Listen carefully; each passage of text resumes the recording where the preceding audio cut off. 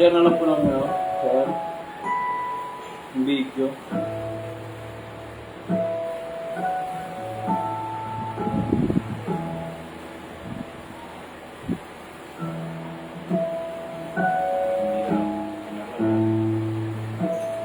Ito, share na lang po lang ito.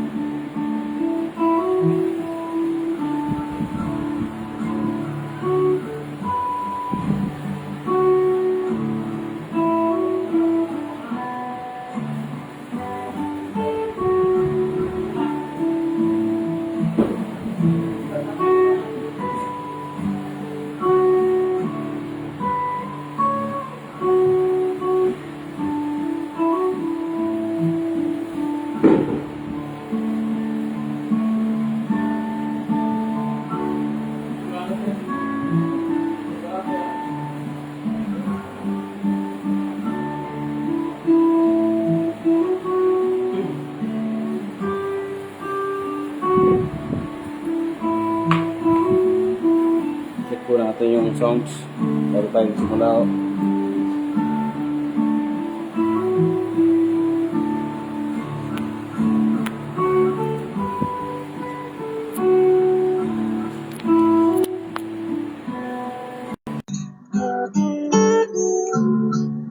Sound check, sound check.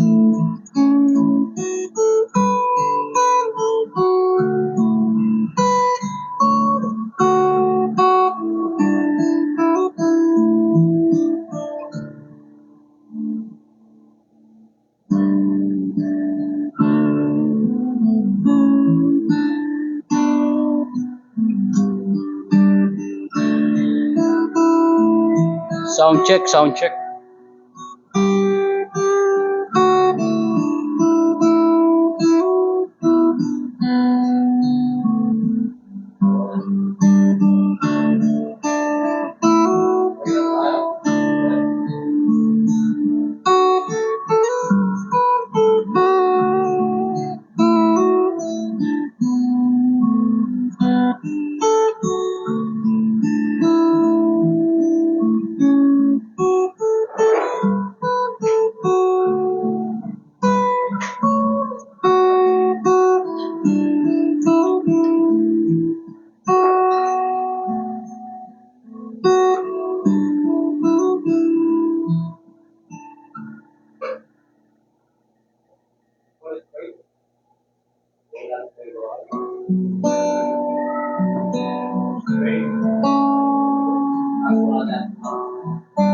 Maraming Diyos, kami po ay nagpapasalamat sa araw po na ito na nililingkod po namin, Lord God, Resurrection Sunday, Lord God. Naniniwala po kami sa very powerful, Lord God, na ikaw ay nabuhay na muli. Ito po yung pag-usapan po natin ang ibig sabihin ng very powerful para sa atin. Dalangin po namin, Lord, ang bawat puso po namin ay nakasentro lamang sa lahat ng aming isipin, sasabihin, gagawin pa ng Diyos for this 2 hour, Lord God. We pray, ikaw po siya mag-lead sa atin. Patawad po sa lahat ng aming mga nagpapasalanan at sa umaga po ito.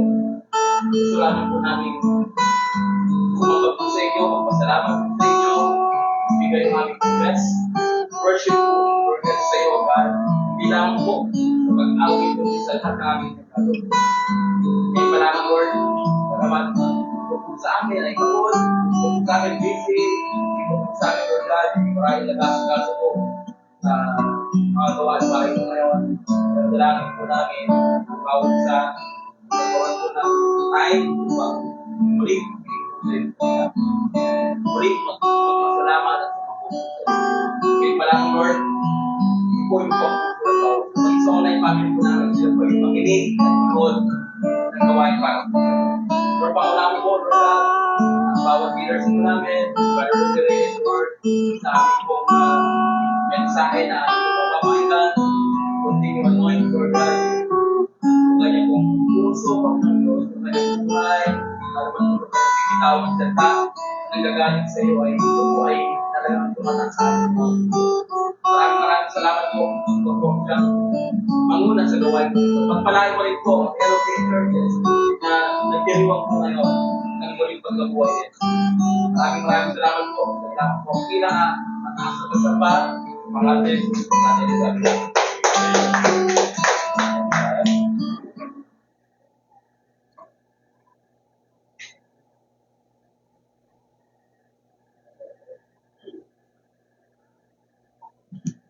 Yan, isang magandang umaga po sa ating lahat. At ang oras po natin ay 10 a.m. So ngayon po ay magsimula na tayo. And I hope ready na po ang bawat isa sa atin. Ganun din sa ating team online. So kung tayo pong lahat ay ready na, tayo po ay mag-upisa na at simulan po natin ang ating gawain sa isang panalangin para sa ating Panginoong Diyos. Oh, hallelujah, Lord God. Lord God, maraming salamat, Panginoon Diyos. Sa araw na ito, Panginoon, na kami, Lord God, nandito, Lord. Sama-sama, Panginoon, dadalo, manunood, Panginoon Diyos, ng gawain, Panginoon. At sama-sama, Lord God, na alamin, Panginoon Diyos, yung aral na ituturo mo sa amin ngayong araw na ito, Lord God. At kami, Panginoon Diyos, ay sama-samang sasamba, magdiriwang para sa iyo lamang, Panginoon Diyos. Panginoon, sa gawain ito, Panginoon, kayo po ang gumit na. Hallelujah, Lord God, sa pangalan ni Jesus. Amen. Yan, lahat po ba tayo ay ready na magpuri sa ating Panginoon? Say Amen! Amen! So, lahat po tayo sumayaw, ipalakpak ang ating kamay, pagdiwang natin ang may pagkabuhay ng ating Panginoong Diyos. Hallelujah! Yes, Lord. Dakila ka, Panginoon. Savior, Redeemer, lifted me from the miry clay. Almighty, forever, I will never be the same, 'cause you came from the everlasting to the world beneath. The Father's only Son. You lived and you died, you rose again on high. You opened the way for the world to live again. Hallelujah. For all you've done, isa pa. My Savior, Redeemer, lifted me from the miry clay. Almighty, forever, I will never be the same, 'cause you gave me from the everlasting to the world within. The Father's only Son. You lived, you died, you rose again on high. You opened the way for the world to live again. Hallelujah. For all you, the music by my Savior. My Savior, Redeemer, lifted me from the miry clay. Almighty, forever, I will never be the same, 'cause you came near from the everlasting to the world we live. The Father's only Son. You lived, you died, you rose again on high. You opened the way for the world to live again. Hallelujah. For all you've done, it's a live. You lived, you died, you rose again on high. You opened the way for the world to live again. Hallelujah. For all you've done. Oh Lord God, maraming salamat, Panginoong Diyos, sa iyong lahat ng ginawa para sa aming mga anak mo, Panginoon. Oh, hallelujah. Sabay-sabay tayo umawit sa ating Panginoong Diyos.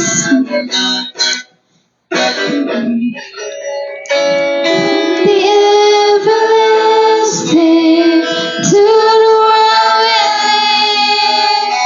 The Father's only Son. Oh, 'cause you came near, 'cause you came near. From the everlasting to the world we live. The Father's only Son. 'Cause you came near, Jesus. 'Cause you came near. From the everlasting to the world we live.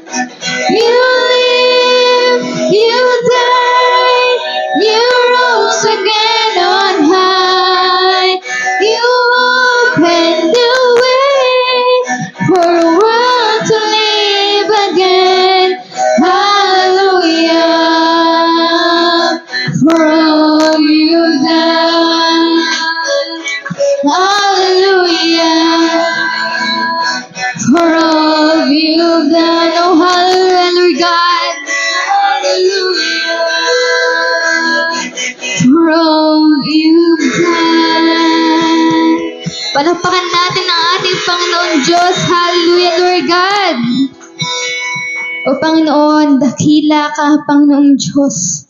Maraming salamat, Panginoon, sa iyong pagmamahal, Panginoon, na dahil dyan, Panginoon, kami, Lord God, ay nalinis, Panginoon, napawalas ng sala, Panginoon. Kami, Lord God, ay napatawad, Panginoon. Oh, hallelujah.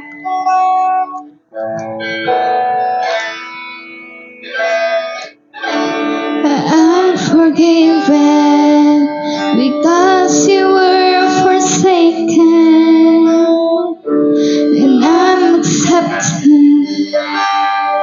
You were condemned, and I'm alive and well. Your spirit is within me because you died and rose again. Listen, Bar, I'm forgiven. I'm forgiven because you were forsaken, and I'm accepted.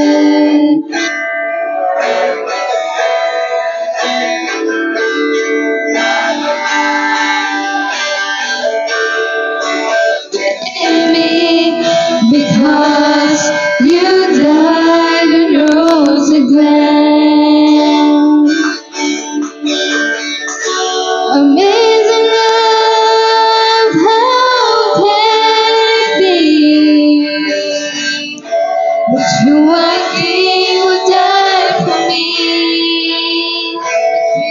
Die for me. Amazing love, I know it's true. It is my joy to honor you in all I do. I honor you. I'm forgiven because you were forsaken, and I'm accepted. You were condemned, and I'm alive and well. Your spirit is within me because you died and rose again. Oh, amazing love, amazing love, how can it be that you, my King, would die for me? Amazing love, I know it's true, and it's my joy to honor you in all I do. I honor. Amazing love, Lord God. Amazing love, how can it be that you, my King, would die for me? Amazing love, I know it's true. It's my joy to honor you in all I do. I honor you. Hallelujah, Lord God. We're worshiping you, Jesus. Panginoon, maraming salamat, Panginoon. Dahil ikaw, Panginoon Diyos, ang hari namin na mapagmahal, Panginoon. Let's worship our Lord.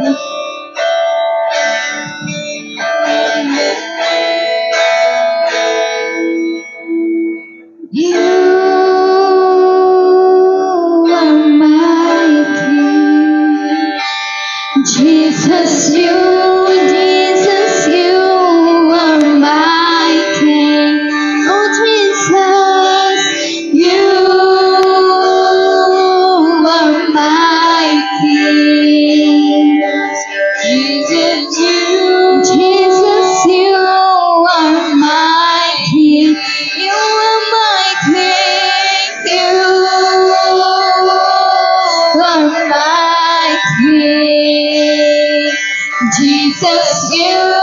Jesus, you are mighty. Oh,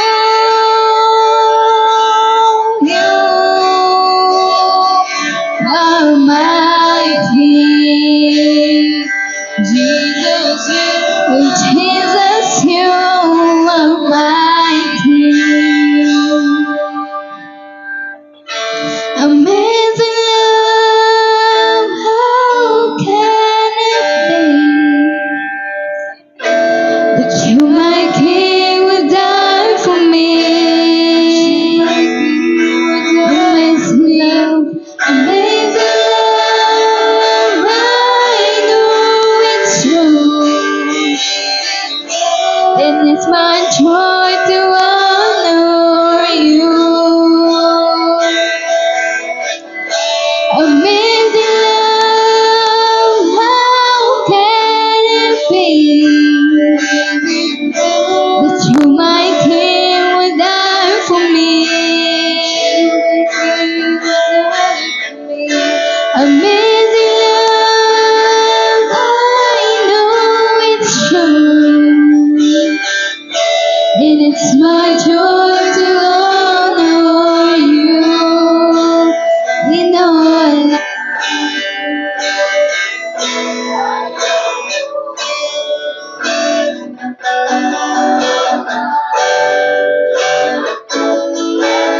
know you in all I do. I honor you. Oh, hallelujah.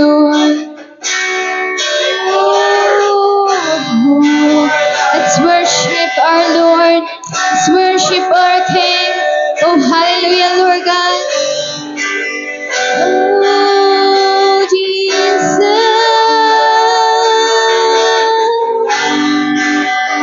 You are my King.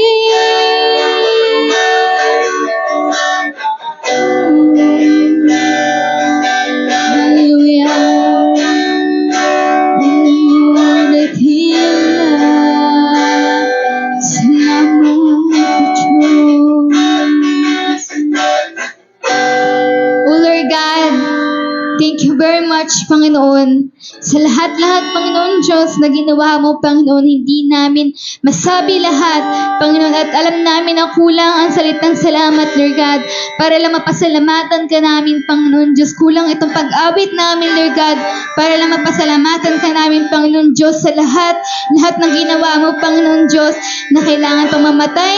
Ikaw, Panginoon, para sa aming mga anak mo, Panginoon.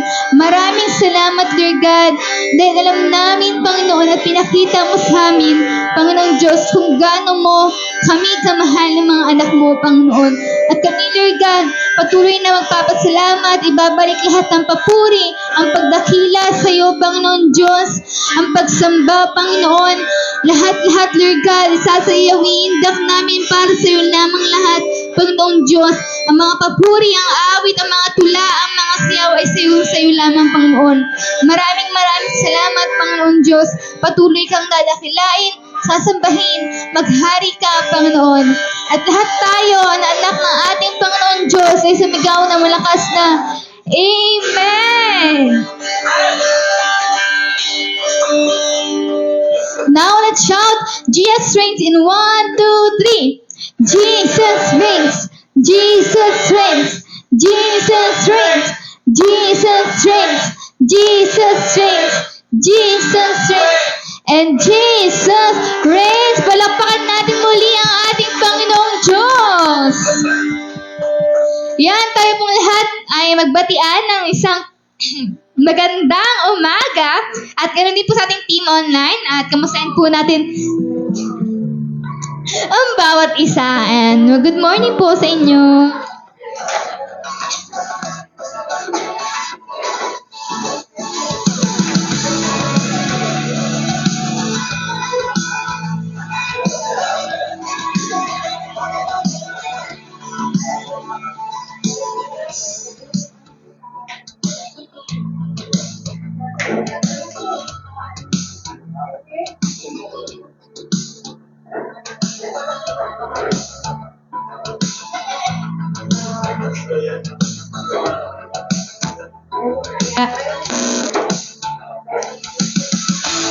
Ayan po, isang mapagpalang umaga sa bawat isa, sa lahat po ng mga nandito sa ating pong team on-site and sa team online. Isang mapagpalang araw po sa inyong lahat. And today is a celebration po of a Resurrection Day ng ating pong Panginoong Diyos at ating pong alalahanin. And nawa this Holy Week, tayo po ay patuloy na naglaan ng time sa ating pong Panginoong Diyos. Bukod sa ating pong family, mga kaibigan, syempre higit sa lahat, importante ang oras sa ating Panginoon. At sa oras po na ito, tayo po ay patuloy na magpasalamat sa ating Panginoon sa lahat ng kabutihan na Kanyang ginawa sa ating pong mga buhay. Pero bago po yan, batiin po natin ang bawat isa na nanonood sa atin online, kay Sister Julie Gar, na nasa Cagayan. Ayan. Kay Sister Marisa Fernandez, Sister Alona Alarcon, Sister Araceli Tiope, at sa bawat isa po na hindi pa nag-comment, pero nanonood po sa atin ngayon, ay magandang umaga rin po. At ngayon, tayo po ay dadako na sa ating pong pagpapasalamat sa ating pong Panginoong Diyos. Ang tanong, tayo po ba ay handa na at excited na magpasalamat sa ating Panginoon? Sumigaw po ng Amen kung tayo po ay ready na. Alam ko maraming patotoo na baon ng bawat isa sa isang buong linggo na nagdaan na tayo po ay sinamahan, pinagpala at pinalakas ng ating pong Panginoong Diyos, ay nararapat lang na siya po ay ating pong pasalamatan. Ayan, sige po, sino po ang unang gusto na magpasalamat sa ating pong Panginoon?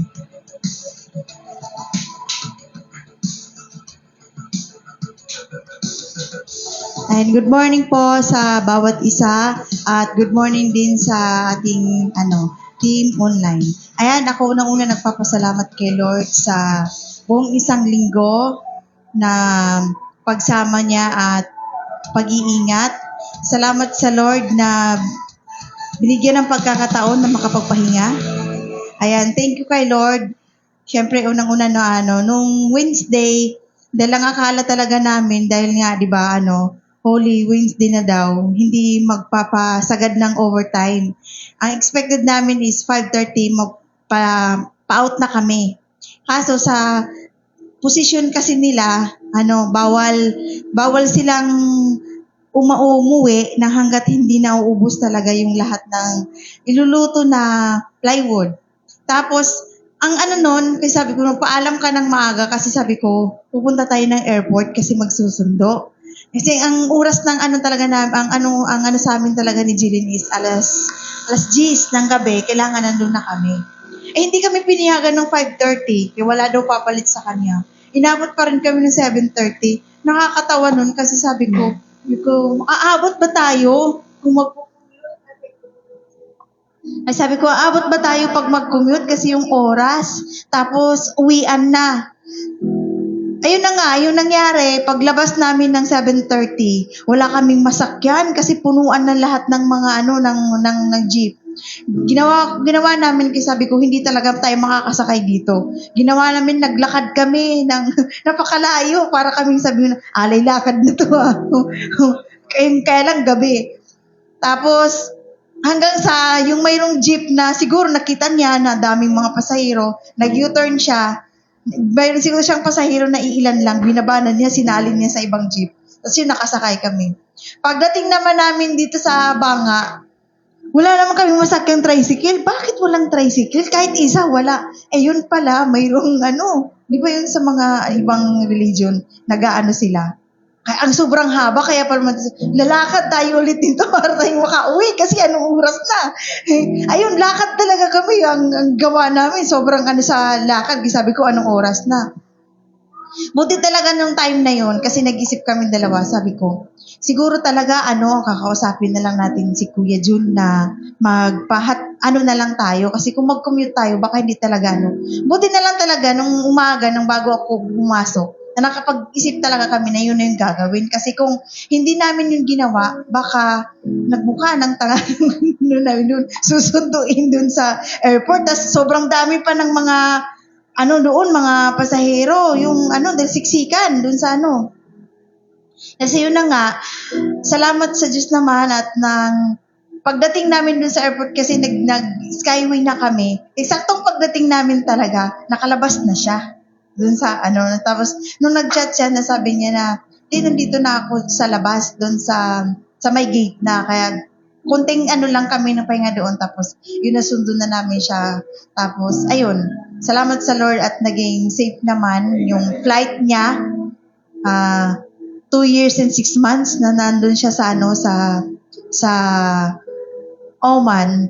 Nagpapasalamat ako sa Lord kasi bagamat hindi man namin siya kaano-ano, ako yung pinili niya na yung pupuntahan na kahit hindi ko siya kadugo.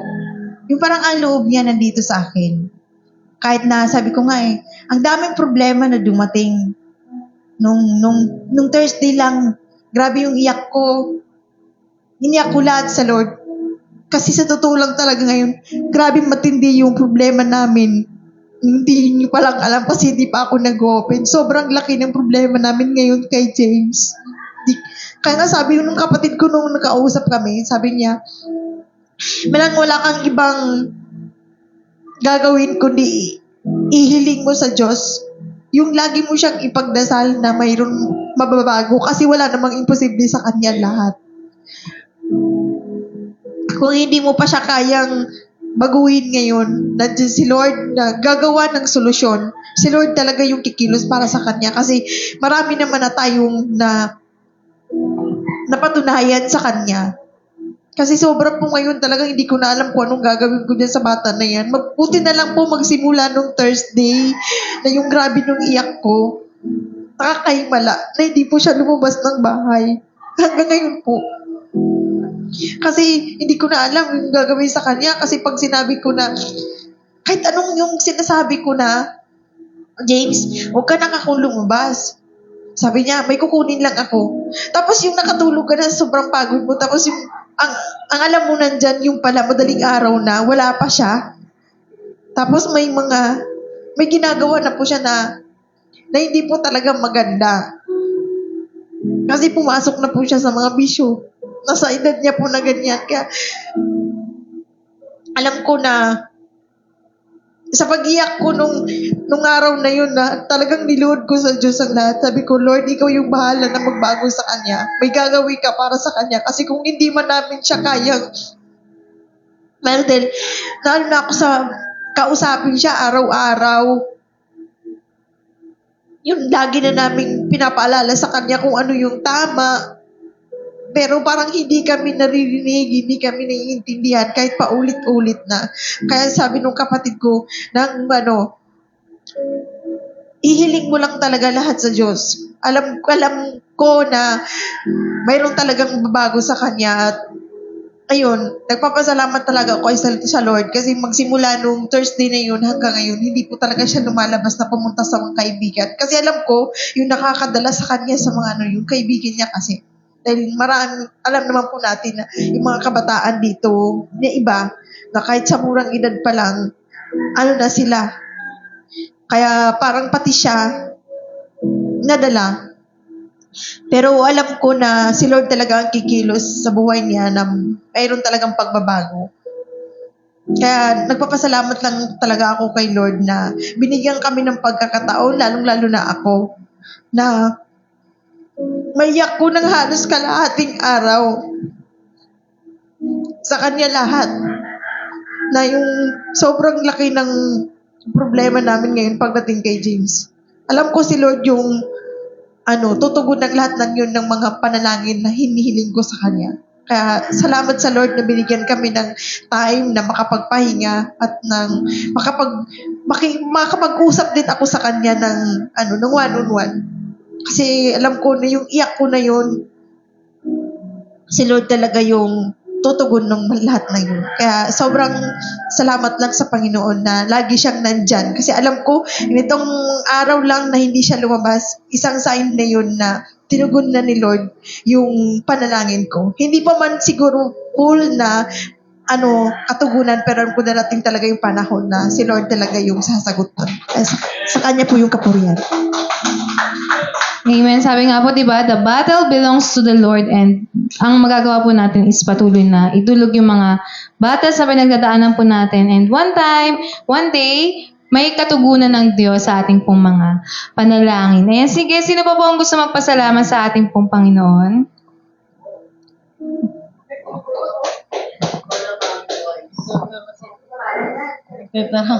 Ayan, nagte-thank you ako kay Lord kasi kanina sa praise and worship, isa sa favorite song ko yung Amazing Love. Pag kinakanta ko yun, natutuwa ako, nagpapasalamat ako sa Lord kung gaano kabuti ang Diyos. Kasi, tawag dito, naalala ko lang, bata pa lang ako, syempre parang, bata pa lang ako, marunong na akong mangarap. Hindi naman ako lumaking may pera. So, si Lord lang yung naging sandigan ko. Si Lord lang yung kinapitan ko. Si Lord lang yung binigay ko yung pangarap ko. Kasi parang imposible na magawa ko yung mga bagay na gusto ko. So, bata pa lang ako, nagpipray na talaga ako. Sabi ko, Lord, aware na ako na hindi ko alam kung paano ako makakapagtapos ng pag-aaral. Pero nanalangin lang ako. Tapos habang kinakanta ko tong Amazing Love, sabi ko, Lord, salamat kasi napakabuti mo. Pag iniisip ko yung mga prayer ko dati, pag titingnan ko yung buhay ko ngayon, salamat Lord kasi tinugon mo. Dati hindi ko alam kung paano ako makapag-aral, namumblema ako sa baon. Pero si Lord yung nag-provide hanggang sa nakapagtapos ako ng pag-aaral, hanggang sa nagkaroon ako ng trabaho na nakakatulong para sa buhay namin pang-araw-araw. Nakakatuwa lang si Lord na tapat siya, na alam mo yun na bagamat hindi naman tayo perpekto, lahat tayo nagkakasala, walang sino man ang perpekto. Pero ang pag-ibig ng Diyos ay tapat at totoo. Kailanman ay hindi siya magsasawang tumulong. Nakakatuwa lang si Lord na si Father God na binigay niya si Jesus, yung which is yung kaisa-isang meron siya, binigay niya para sa atin. At nung namatay si Jesus Christ, at muli siyang nabuhay, hindi pa rin tayo pinabay at bumalik si Jesus sa taas, sa langit. Hindi pa rin tayo pinabayaan ng Panginoon dahil ang banal na spirito ay kasama natin dito. At salamat sa Lord dahil yun nga, hindi naman tayo perpekto, lahat tayo nagkakasala. Pero salamat sa Diyos, sa banal na spirito na kinukonvict tayo. Kapag may times na halimbawa na tayo nagkakamali, nagagalit tayo, naiinis tayo, salamat sa Diyos dahil ang banal na spirito, yung hindi niya tayo hinahayaan na lumayo at makalimot at alam mo yun, lumalim yung kasalanan natin sa Panginoon at patuloy na lumayo tayo sa Panginoon. Hindi hinahayaan ng Diyos yun. Kaya salamat sa pag-ibig ng Diyos at ayun, nakaka-amaze talaga yung pag-ibig ni Lord na halimbawa, ako nung mga nakaraang, nitong month ng February or anong month na ba ngayon? April,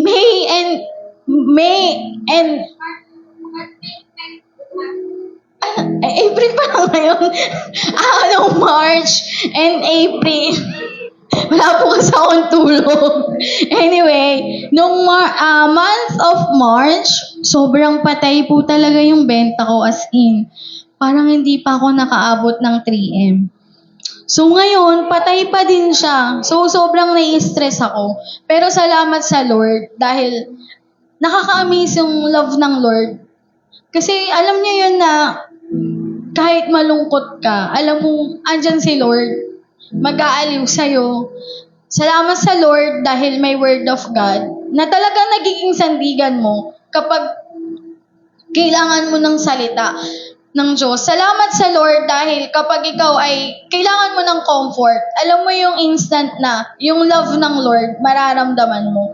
Kaya sabi ko kanina sa praise and worship, habang nag-worship tayo, sabi ko salamat sa Panginoon dahil ikaw lang ang kayang gumawa ng mga bagay na yun. Walang sino man ang kayang gumawa nun. Kasi minsan sa tao parang may kondisyon, minsan ang tao magsasawang tumulong sa'yo. Pero ang Diyos, never kanyang paghihindian eh. Maaaring minsan hindi lang to naaayon sa kagustuhan natin kasi mas better yung plano ng Diyos. Kaya sabi ko, Lord, thank you. Hindi lang sa material na bagay, kung nararamdaman yung pag-ibig mo, pero yung pagsama mo, yung pag-convict mo, at saka yung pag-ibig mo, alam kong nararamdaman ko. At salamat sa Lord dahil kinulit niya ako, bata pa lang ako, na makilala talaga siya at magkaroon ng relationship sa kanya. And sabi nga din sa kanta, ano man ang iyong gawin, magbigay ka ng kapurihan sa Panginoon.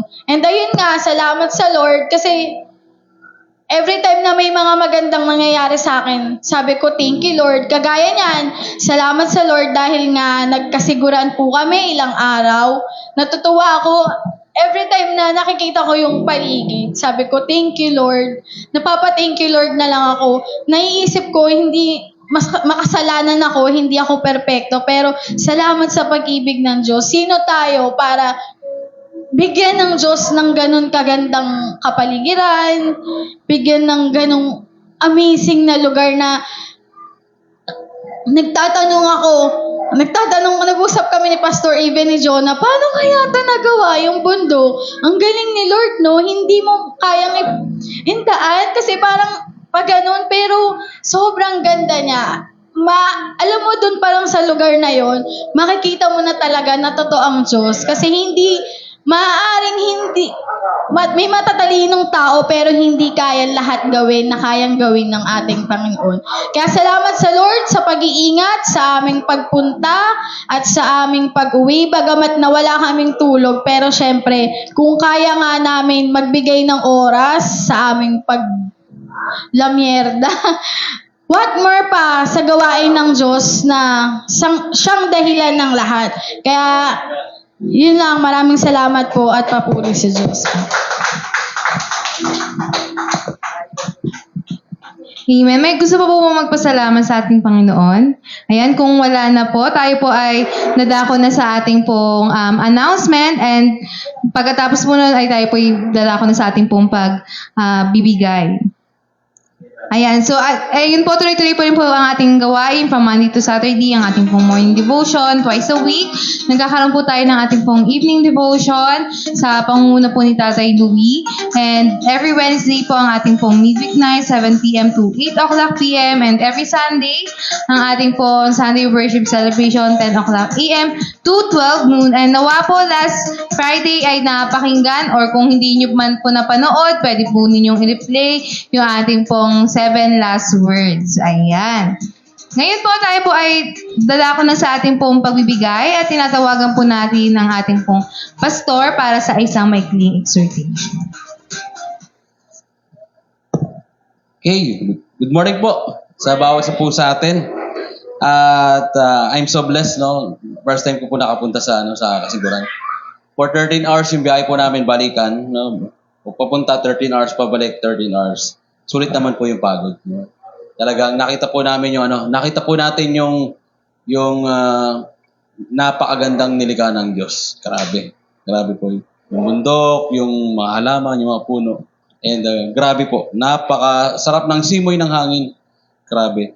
At salamat din po sa Panginoon dahil yung pinsan po ng aming kaibigan, yung kapatid po natin sa Panginoon, si Renren, ay tayo po ay pinatuloy po sa kanila pong tahanan. Tanong nga niya, kailan daw kami babalik? Sabi po namin, saka na muna. Napapahinga lang po kami. No? At sa pagbabalik po namin doon, mas marami pang pwedeng puntahan. Ang dami po, no? Yung ano po ron, yung mga dagat, ilog, falls, ang dami po. Mamimili ka na lang kung saan niyo po gustong pumunta. And by the way po, yung ating pong gagawin po ngayon ay bago tayo magbigay is meron pong celebrate po ngayon na tinatawag po nating Resurrection Sunday. At alam naman po natin, mamaya ipapaliwanag po ng ating pong speaker, si Brother Louie, yung about sa pagkabuhay muli ng ating pong Panginoong Diyos at kung gaano talaga ito ka-importante sa sa bawat Kristiyano. Mamaya po yun. At ano ba yung mga bagay na nabubuhay muli? Siyempre, yung tao, si Lazarus, 4 days nang namatay, binuhay muli ni Jesus. Ano pa po? Yung halaman, namatay na. Sino po rito may halaman na buhay uli? Yung talagang tuyot na, biglang nakita mo, tumubo uli. Wow! Amazing, di ba? And then, sino po sa atin, yung kuryente mo nawala ta sa buhay uli? Di ba? Brown out. Tapos yung nabuhay uli, palakpakan yung mga tao. Tapos may sisigaw, may kuryente na! Di ba? Masaya ho tayo. Yung iba naman po gusto ko lang sabihin sa inyo, nung nakaraang linggo, isang linggo na ho yata lumipas, yung aircon po namin, pinagawa po namin. Pinalinis po namin, kasi nga mahina na po yung yung lamig. Tapos, nung inayos na po, binalik na po diyan po sa kwarto, ang nangyari, maingay. Ibig sabihin parang merong sira o merong pong problema hanggang sa hindi na po siya gumagana. Ang ginawa ko po, nagpray ako, Lord, buhayin mo muli yung aircon. Nabuo uli. Buhay po uli. Palakpakan natin ang Panginoong Diyos. Sabi ko, hindi lang patay yung binubuhay ng Panginoong Diyos. Even yung isang gamit na yung cellphone. Sino po sa atin? Honestly, wala na. Dead bat na yung cellphone mo, sira na. Biglang nabuhay uli. Hello? Gumana uli. Nagamit mo uli.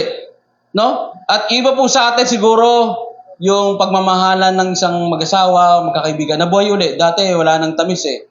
Pero ngayon talagang nabuhay uli yung pagmamahalan ng mag-asawa. Amen po ba? No? And then yung iba po sa atin siguro, yung nabuhay uli yung pag-asa mo, nawalan ka na ng pag-asa. Sabi mo, parang hindi ka makatapos sa pag-aaral, hindi ka nagagaling, hindi na kayo asenso, hindi na kayo unlad, or hindi ka makakapasa sa board exam, pero nagkaroon ka ng pag-asa. No? At nung nagkaroon ka ng pag-asa, grabe.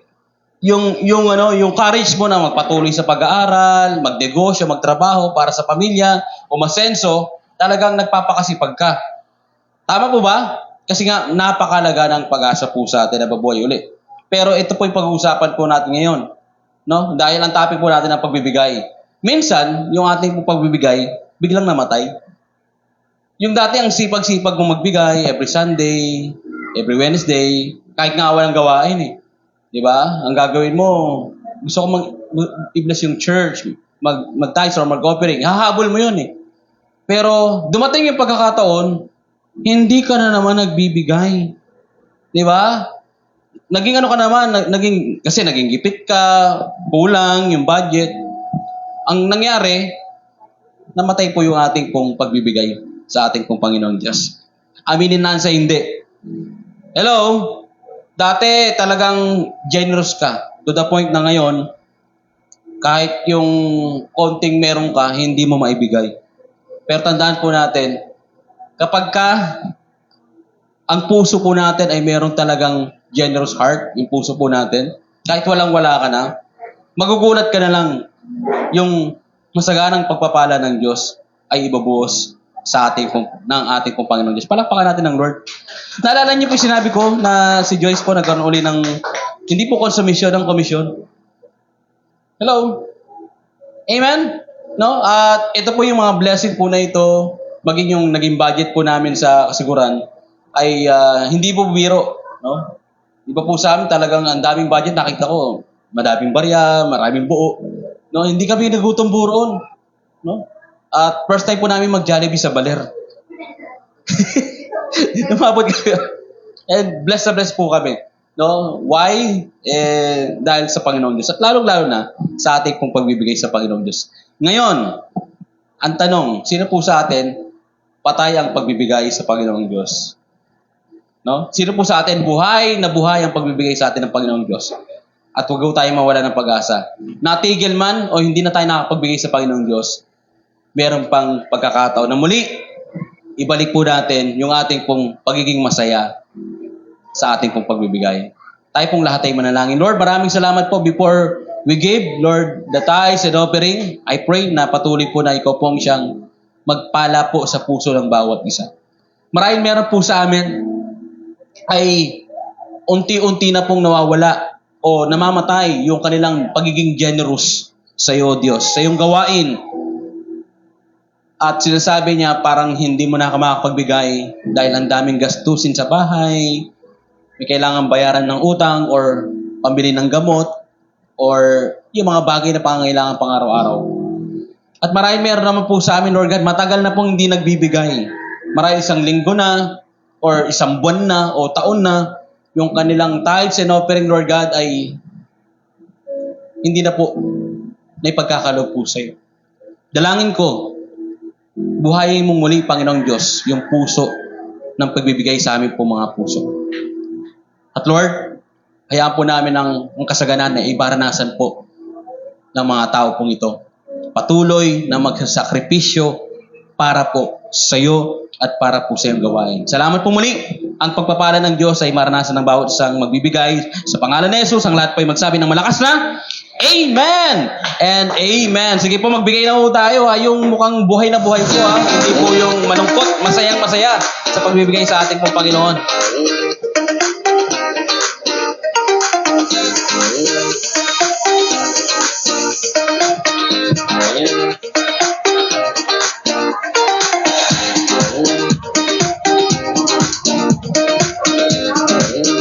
Ayan, amen.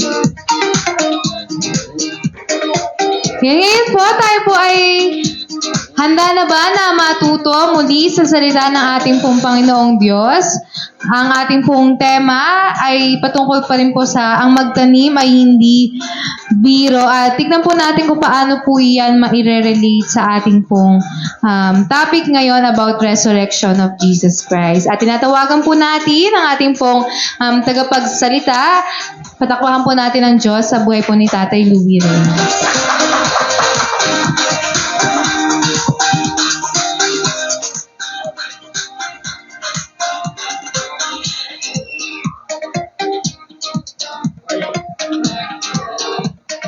Magandang umaga po sa inyong lahat. Ayan. Ang ganda ng Sunday, ano? At kaninang madaling araw, nagising ako mga 4:30. May nga nagpuputukan. Ang tawag nila dun sa lubong, ano? Puputukan, may mga kuwitis. Ang alam ko dun yun sa taas, sa bayan. Sa simbahang Katoliko. Ganoon ang kanilang kaugalian sa pagsalubong.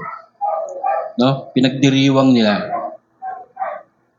Marami na ba sa atin dito ang ang binuhay ng Panginoon? Ha? Marami ba? Namatay na siya pero binuhay pa. Kanina ang daming halimbawa ng kamatayan tsaka ng kabuhayan. No, yung kabuhayan, yung magtatrabaho ka lang, kabuhayan 'yon. No? Kuha nyo? No? So, yung kamatayan naman, pag pecha de peligro na, no? No? Dadapo lang yung sweldo sa kamay mo eh. Ayun, no? Tapos magplaplano ka naman. Ang hirap magplano pag wala namang iplaplano. No? Sino sa atin nagkaroon ng muling pagkabuhay? Seriously. Sa ating buhay. No? Alam mo, yung mga last few days, hindi po talaga kami lumakad, no? Dahil yung apo ko pumunta ng Lubao dun sa Balae, no? Sa Balae ko. So, hindi kami nagplano na lumabas ng Metro Manila. Sa bahay lang kami. Wala po akong ginawa kundi manood, no, sa Netflix. Sino nakakapanood na nung yung Tangerines? Ganda, di ba? Meron siyang malaki ang lesson about family. About yung mga nakaugalian nila, o nakakalakihan nilang mga kaugalian. No? Ano pa? Nanood din ako ng Passion of the Christ. No, magandang walang kamatayan. Kaso yung pelikula nakatuon doon sa paghihirap ni Kristo, na? Simula pa lang sa Garden of Gethsemane, yung unang eksena pa lang, hirap na hirap si Kristo. Ganon pinakita ng director, no, yung pelikula. At bilang tao, ganon din tayo, no? Katulad kanina ni sister, hirap na hirap ang kalooban niya sa mga taong hindi niya mabago dahil hindi sumusunod sa atin. Tama ba? May mga minsan, tayo nagiging pasaway din. Pasaway din tayo sa Diyos. At sinarahan po tayo ng pinto. No? Sino sa atin dito ang namatay na dahil sa kasalanan at muling binuhay ng Diyos sa pamamagitan ng Panginoong Hesus? Marami ba dito? Doon sa online natin, yung sa 5 nanonood, yung aking pinsan, ayan, si Ruchel, no? Tsaka si Brother Jimmy Castaneda, yung husband ni Pastora Pros. Maaring yung buhay natin, mga kapatid ko, hindi nyo namalayan, matagal ka ng patay. Matagal ka ng patay dahil sa kasalanan. For the wages of sin is death. Tama? Minsan kasi, no, lagi ko siyang binabalik doon sa Romans 12:2. No? Do not conform, no, of the standard of this world. Kasi hindi natin namamalayan yung isip natin na nagkukonforma na pala tayo sa mga earthly cravings natin. No? Simpleng-simple lang yan. Mas pinaprioritize ng mga tao ngayon yung mga bagay na makakapagbigay ng comfort sa katawan nila. Tama? Totoo ba yun na laging inuuna ng tao ngayon, believers or non-believers, yung comfort nila? Hindi nila nakikita kung yung comfort life nila is glorifying the Lord. Kuha po ba natin yon? Halimbawa po, no? Imbis na magsimba, ay magmumall na lang. O kaya, magsisimba sa mall, dahil ang objective na pagkatapos magsimba, magmumalling. Kuha natin? So, nakikita natin yon. And then, the reason why, yung lesson ni Pastor Kiko o Pastor Enrico doon sa aming retreat, The Prodigal Son. Alam niyo kung bakit? Binago, inisip ng alibughang anak yung kalagayan niya. So yung changes started dito sa isip niya. Kanyo? Pag naisip ng tao na kailangan niya magbago, magbabago yan. Maniwala kayo. Why? Because binuksan niya yung kanyang isip para sa Diyos. No, itong panahon ng resurrection, itong araw na ito, dapat magmuni-muni tayo sa mga bagay na mas importante. Anti-social ba si Lord? Hindi Bakit siya dumalo dun sa kasal, yung unang himalang ginawa niya? Kung anti-social siya. Bakit kasama niya sa handaan yung mga kriminal, yung mga tax collector? Hindi siya anti-social. Pero, no, kung makikita nyo, sa bawat piging na pupuntahan niya, sa bawat handaan na pupuntahan niya, katulad ng ginagawa natin ngayon, sinisiguro niya, yung puso ng mga tao ay align sa kanya. Amen po ba? So, ibig sabihin, kung nakikinig ka sa salita ng Diyos, kung naniniwala ka sa Panginoong Hesus, ibig sabihin, handa kang magbago sa mga kasalanan mo. Kaya kung may nakikita kayong mga tao na parang biglang nagbago yung kanyang pananaw sa buhay, biglang nanahimik, hindi lumabas ng bahay, puntahan nyo na. Baka kunin na ni Lord yun. Hindi, joke lang. Puntahan nyo na at sharean nyo kagad ng salita ng Diyos. Alam mo ba kung bakit nananahimik ka ngayon? Sabihin mo sa kanya dahil kinakatok siya ng Panginoon. Amen po ba? So can we all stand for a prayer? Ama, maraming salamat. Alam po namin na pagal ang aming mga katawan lupa. Ang dami namin ginawa for the last few days. Pero Lord, tulungan mo kami. Palakasin mo kami, buhayin mo yung aming espiritu na sambahin ka. At lalo-lalo na Panginoon, buhayin mo yung espiritu ng mga kapatid kong may kababaang loob ngayon, naguguluhaman sa kaguluhan ng daigdig. Yung hindi nila ma-explain kung ano nangyayari sa buhay nila. Buhayin mo, Lord, yung passion sa heart nila. Itanim mo sa mga isip nila, Panginoon, na ikaw ang tanging daan sa katotohanan, sa buhay na walang hanggan. At sa umagang ito, Panginoon, hayaan mo ang iyong banal na Espiritu Santo ang siyang mangusap sa mga isip at puso namin. Hayaan mo ang iyong banal na Espiritu Santo, Panginoon, ang magsabi, mabubuhay ka dahil ikaw ay kasama ng Panginoong Jesucristo. Ang lahat ay magsabi ng Amen! Palakpakan po natin ng Diyos. Kung meron po kayong dalang Bible o kaya yung cellphone nyo kung may app na Bible, gusto ko lang pong basahin to. Wala yan dyan no? Pero okay lang ate, i-flash mo na yan. Buksan po natin yung ating Bible, 1 Thessalonians chapter 4 verses 13 to 18. This is very important, no? Mga kapatid, nais naming malaman ninyo ang tungkol sa mga natutulog upang kayo huwag malungkot. No? Tungkol sa mga namatay na para hindi kayo magdalamhati gaya ng iba na walang pag-asa. Naniniwala tayong si Jesus ay namatay at muling nabuhay. Kaya naman, naniniwala tayong bubuhayin din ng Diyos ang mga sumasampalataya kay Jesus at isasama niya kay Jesus. The Father that's talking, hindi si Jesus. Sinasabi namin sa inyo ang mismong turo ng Panginoon. Tayong mga buhay pa, pagbalik ng Panginoon ay hindi mauuna sa mga namatay na. Sa araw na iyon, ang Panginoon mismo ang bababa mula sa langit, kasabay ng malakas na utos, maririnig ang pagtawag ng punong anghel at ang pagtunog ng trompeta, trumpet call, pagtunog ng trompeta ng Diyos. Ang mga namatay na sumasampalataya kay Kristo ang unang bubuhayin. Hello. Hallelujah. Pagkatapos, ang mga buhay pa sa atin sa araw na iyon ay kasama nilang dadalhin sa mga ulap para salubungin ang Panginoon sa himpapawid. At makakasama natin ang Panginoon magpakailanman.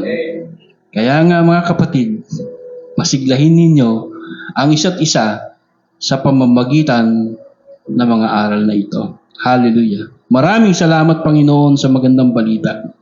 Hallelujah. So, ipinangako na, sinabi ng Panginoon sa atin na, sinabi ng Panginoon na in the last day, He will come as judge and king. Ang ating main verse, nakasulat na po dito. Sabay-sabay po nating basahin yung English at Tagalog. New Living Translation, John 12:24, 3, 2, 1. I'll tell you the truth, unless a kernel of wheat is planted in the soil and dies, it remains alone, but its death will produce many new kernels, a plentiful harvest of new lives. Sinasabi ko sa inyo ang totoo, malibang mamatay ang isang butil ng trigong itinanim sa lupa, mananatiling itong nag-iisa. Ngunit kung mamamatay, tutubo ito at mamumunga ng marami. Palakpakan natin ang Panginoon. Hallelujah.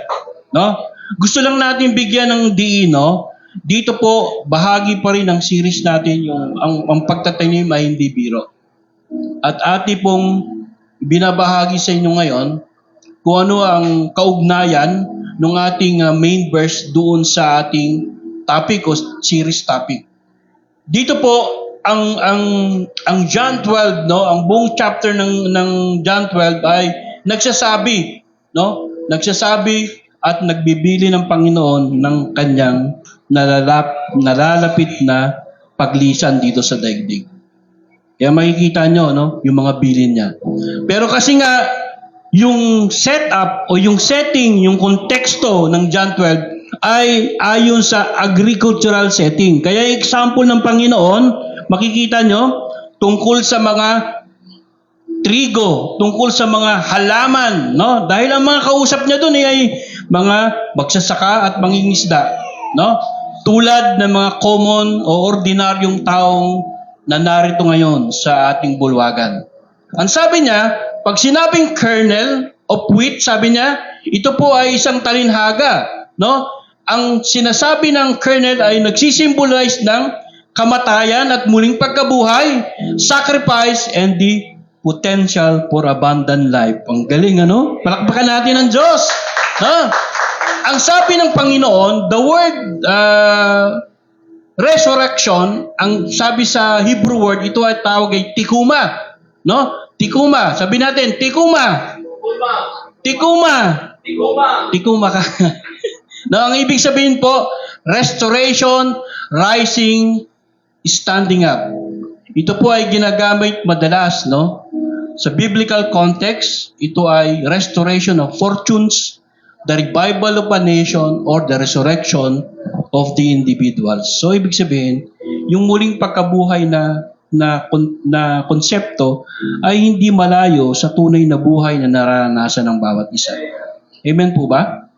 No? Alam nyo, sa totoo lang, habang may mga nagpapasalamat, kasi alam mo, yung pasasalamat sa dulo. Pero bago ka magpasalamat, hirap mong papakita mo eh. Tama? Hirap na dinaranas mo dito sa lupa, natural lang yon. Kasi hindi naman talaga yun ang ating destinasyon dito. Ang kaligayahan ay hindi natin mararanasan dito sa lupa. Ang tunay na kalagayahan ay hindi mo mararanasan sa lupa. Saan mo ito makikita? Sa langit. Kaya kung hindi kayo nagpapakabait, kung hindi kayo maniniwala kay Kristo, hindi nyo mararanasan yung kaligayahan na sinasabi ko. Hindi nyo mararanasan yung kapayapaan na sinabi ko. Ano sabi ng Panginoon sa second last word? Sabi niya, truly I tell you, today, you will be with me in the paradise. Di ba? Tatlo yung nakabayubay sa krus. Natatandaan nyo, yun sa Passion of the Christ. Si Kristo nasa gitna, dalawa sa gilid niya, puro kriminal. Yung isang kriminal, sabi kaya kung ikaw nga ang Diyos, iligtas mo yung sarili mo ng asar pa.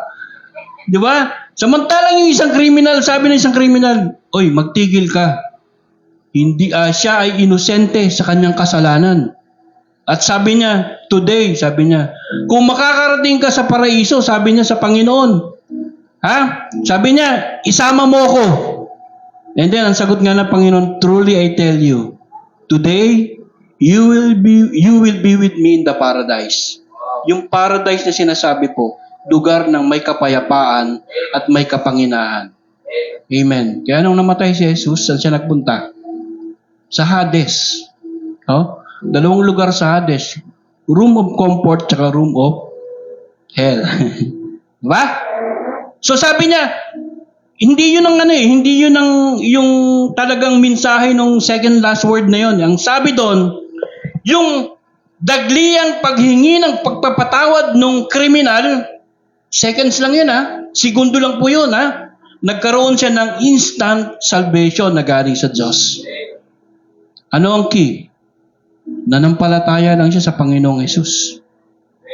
So kung kahit anong gawin natin, araw-araw tayong magdasal, araw-araw tayong mag-worship, araw-araw tayong tumulong sa mga mahihirap, palalakihin nating simbahan na to, hindi po tayo aakyat sa langit dahil sa mga gawa natin, kundi sa ating pananampalataya at relasyon natin sa Panginoon. Tandaan niyo po yan. Okay? Again, ulitin ko po yung relasyon natin kay Kristo at ang pananampalataya natin siya bilang ating Diyos na tagapagligtas, siya mismo ang magliligtas, ang magiging daan natin sa ating buhay na walang hanggan. Palakpakan natin ang Diyos. Wow! At magbaon kayo ng biskwit, mahaba at tayo. Yung yung passage kanina, yung pinakita natin kanina, pinapakita po dito yung principle that death of Jesus Christ comes life for His people. Ito ang malinaw na katotohanan tungkol sa kamatayan at pagkumuling pagkabuhay ng Panginoon.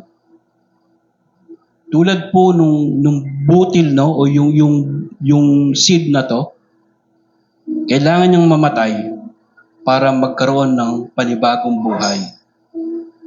Ano? Okay? Yes po. Ayan, pakibalik. Sige po. Go ahead. Yung resurrection is not an easy journey to righteousness. Tama ba? Madali ba? Kasi kung madali yan, lahat kayang gawin. Pero hindi. Kaya yung Passion of the Christ, binibigyan ng diin yung paghihirap ni Kristo. Yun ang paghihirap na yun ang sinasabi niya na pagdadaanan natin lahat sa ibang forma. Huwag po kayong matakot. No? Kasi on the third day, He rose again. Di ba?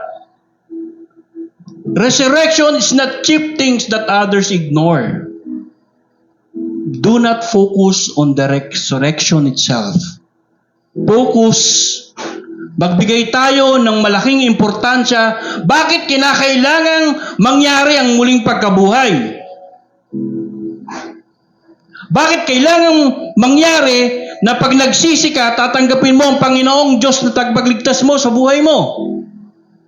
Bakit kinakailangang mamatay si Kristo at magkaroon ng panibagong buhay sa lahat ng tao? And bakit kailangan natin magkaroon ng self-sacrifice? Bakit? Ang lahat ay bakit. Ang lahat ay tanong. The resurrection is about the Lord Jesus' sacrifice. Yung muling pagkabuhay, tandaan po natin to yung muling pagkabuhay, ito ay ipinapakita doon sa tunay na paghihirap na pinagdaanan ni Kristo. Hindi lamang doon sa Passion of the Christ. Hindi lamang doon sa point na hinuli siya. Hindi lang doon sa point na pinagkanulo siya ni Peter 3 beses bago tumilaok ang manok. Hindi lang doon sa point na pinapako yung kamay niya at mga paa niya. Hindi lang doon sa point na ibinayubay na siya sa krus. Hindi lang yun yung sakripisyo na ating sinasabi. Isa sa mabigat na sakripisyo, no, na naranasan ng Panginoong Hesus nang siya mismo ay talikuran ng kanyang pamilya. Pinakamabigat yung maranasan natin nun. Yung pamilya mo, iniwan ka sa ere. Ang sabi nila kay Kristo, nababaliw na ata yan. Sapagkat hindi nila naintindihan ang mga aral na binibigay ng Panginoon. Mukhang nababaliw na si Pastor Kiko, si Brother Louie. Hindi ko maintindihan ang mga sinasabi nila. Simply because God is not in our hearts. Pinili natin yung self-directed life. Ano ibig sabihin ng self-directed life? Sinabihan ka na ng nanay at tatay mo na huwag mong gawin yan dahil makakasama sa iyo yan. Ginawa mo pa rin. Hindi ba natin alam na ating mga magulang ay representative ng Panginoon para tayo'y gabayan at patnubayan sa ating pagtanda? Alam nyo, nakakalungkot, no? Marami artistang namatay, no? Pilita, no? Tapos si Nora, si Gloria Romero, di ba? Titingnan nyo yung mga burol nila, ang daming tao. Alam mo kung bakit? Marami kasi silang aral na binigay sa mga taong nakasalamuhan nila. Hindi natin kailangan ng burol. Hindi natin kailangan ng pakikiramay na ganon. Ang kailangan natin, maniwala kayo kay Kristo Jesus natin, Panginoon. Palakpakan po natin siya. Okay? The resurrection is about your journey to Christianity and self-sacrifice. Nakakatakot, no? Sabi mo, brother, yung totoong pagiging Kristiyano at sakripisyo namin. Yung resurrection po is about your journey to eternal life. Yun po. The reason why Jesus Christ exemplified the resurrection is simply because lahat tayo dapat mararanasan niya. Kapag tayo ay namatay, muli tayong bubuhayin ng Panginoon kasama niya sa langit. Amen po ba? Palakpakan natin ang Diyos. Journey to eternal life. Alam mo yung journey to eternal life, mahabang proseso yon. The moment na nakilala mo ang Panginoon, the moment na tinanggap mo siya bilang Diyos mong tagapagligtas at Panginoon, the moment na gumagawa ka at maging masunurin ka sa lahat ng mga utos niya, hindi madali yon. Bakit hindi siya madali? Sapagkat nang ginagawa ng Panginoong Hesus ang lahat ng bilin ng kanyang Ama sa langit, puro katakot-takot na kahirapan ang dinanas niya. Yung hirap na dinadanas mo ngayon, tsaka yung hirap na dinadanas ko ngayon, naranasan na ng Panginoon yun. Kaya lang, ang pagkakaiba natin, napagwagihan na ng Panginoon Jesus yun. Palakpakan natin ang Lord. Ang gusto ng Panginoon ngayon, matuto tayo kung paano niya na-overcome ang lahat ng mga problema at mga trials and hardships in life.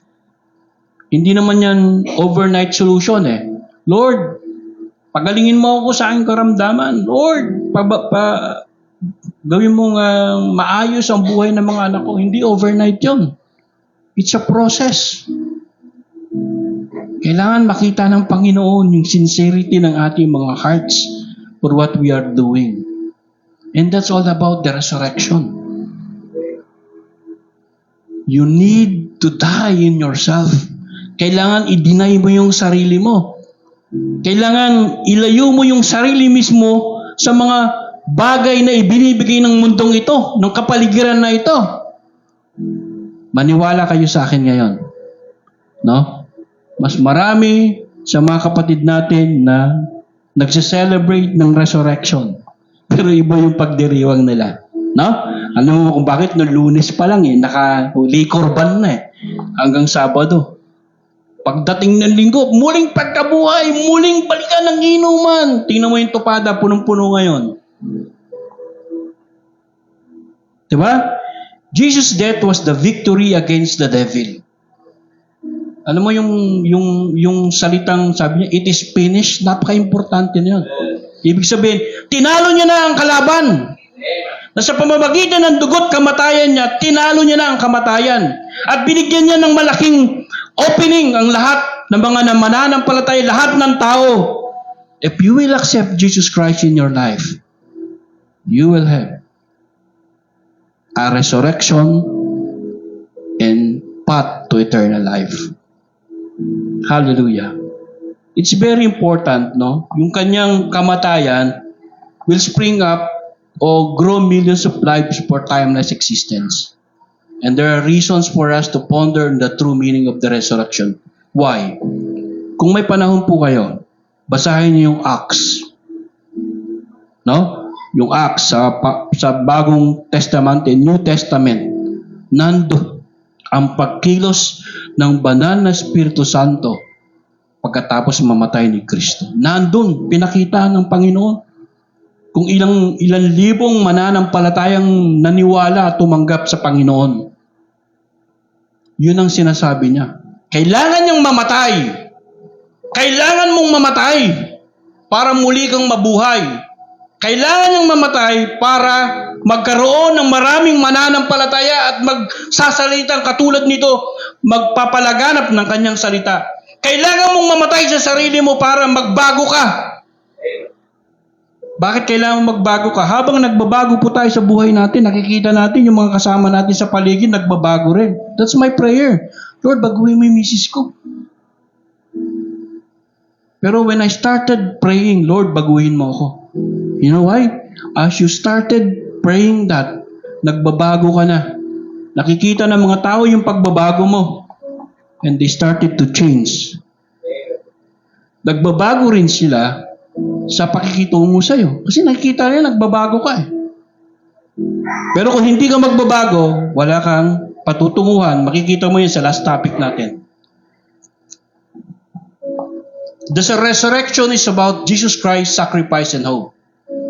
Ang muling pagkabuhay ni Jesucristo ay nagbibigay sa mga Kristiyano ng buhay na pag-asa. Hindi pag-asa ng buhay, kundi buhay na pag-asa. Pag sinabing buhay na pag-asa, ano ibig sabihin yun? It's moving, it's growing, it's acting, it produces results. Sabi ko, Lord, magbabago ako sa buhay ko. Kailangan mong gawin yun. Kailangan iwanan mo na yung mga bisyo mo. Kailangan mo nang iwanan yung maling paniniwala mo. Kailangan mong dalhin yung pamilya mo sa tamang daan. Sa daan na inihanda ng Panginoon para sa bawat isa sa atin. Amen po ba? Kung naniniwala po kayo dyan, no? Palakpakan natin ang Panginoon. Hallelujah, Lord. Thank you. John 10:10. Ito, nakakatakot to, no? Sabi ng John 10:10, "The thief comes only to steal and kill and destroy." Ang demonyo ay darating para ikaw ay patayin, sirain ang buhay mo. Pero ang Panginoon, sabi niya, "I came so that they would have life and I have it abundantly." The devil destroyed you through sin. Dahil sa kasalanan, papatayin ka. Dahil sa kasalanan, ilalayo ka sa Panginoon. Dahil sa kasalanan, mabubuhay kang mag-isa. Walang may gustong makipagrelasyon, makitungo sa taong masama. Nakakatakot. You are blessed. Sapagkat dumating ang ating Panginoon, namatay at muling nabuhay. Dahil para ikaw ay sagipin. Dahil para ikaw bigyan ng bagong buhay. Hindi lang just ordinary life. Abundant life. We need to take it. Abundant life. Sabi natin, abundant life with Christ. Isigaw nyo, abundant life with Christ. Abundant life with Christ. Amen. Sabi sa kailangan, i-manifest mo sa buhay mo yan. Isigaw mo, Lord. No? Pag nagpre-prayer ka sa Panginoon, isigaw mo sa Kanya. Kaya pag mananalangin kayo, doon kayo sa loob ng kwarto. Para kahit magsisigaw ka, uy, parang nababaliw na naman yung kapitbahay ko. Nananalangin ka eh. Di ba? Kailangan makita ng Panginoon yung sincerity mo. Bakit ka nananalangin? Tama. May problema o wala, dapat nananalangin ka sa Panginoon. Hallelujah. Si Jesus, no, ang ating Panginoon ay naghahatid ng ideya na ang kanyang sukdulang sakripisyo, ang kanyang kamatayan, ay nagdudulot ng isang malalim na pagkakataon. Isang malaking pag-asa para sa bagong buhay ng kasaganahan. Isipin nyo na lang kapatid si Jesus, pinako sa krus, namatay, hindi na muling nabuhay. What will happen? What will happen to us? Kung hindi siya mabubuhay, isinara niya na yung pinto para sa atin. Alam niyo, nung namatay ang Lord Jesus Christ, di ba? Right then and then, nagkaroon ng earthquake, nahati yung tabing ng simbahan ng templo. Alam niyo ang sumunod na nangyari? Nabuhay ang mga banal. At pumasok sa lunsod na banal. Kuha nyo? Kaya pilitin natin sumunod sa lahat ng ibig ng Panginoon.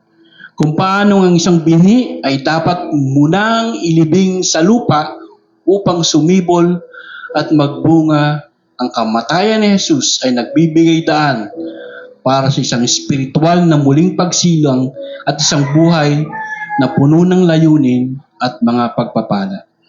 Amen, Lord. Thank you, Lord, so much for that. Hallelujah.